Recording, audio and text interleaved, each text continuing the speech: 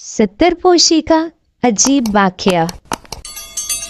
हज़रत सैयदना अबू अब्दुल्ला ख़यात रहमतुल्लाह अलैह के पास एक आतिश परस्त कपड़े सिलवाता और हर बार उजरत में एक खोटा सिक्का दे जाता। आप उसको ले लेते थे। एक बार आप रहमतुल्लाह अलैह की गैर मौजूदगी में शागिर्द ने आतिश परस्त से खोटा सिक्का ना लिया। जब हज़रत सैयदना शेख अब्दुल्ला ख़यात रहमतुल्लाह अलैह वापस तशरीफ़ लाए और उनको ये मालूम हुआ तो आप रहमतुल्लाह अलैह ने शागिर्दों से फरमाया, तूने खोटा दरहम क्यों ना लिया? कई साल से वो मुझे खोटा सिक्का ही देता रहा है और मैं भी चुपचाप ले लेता हूँ ताकि ये किसी दूसरे मुसलमान को ना दे आए।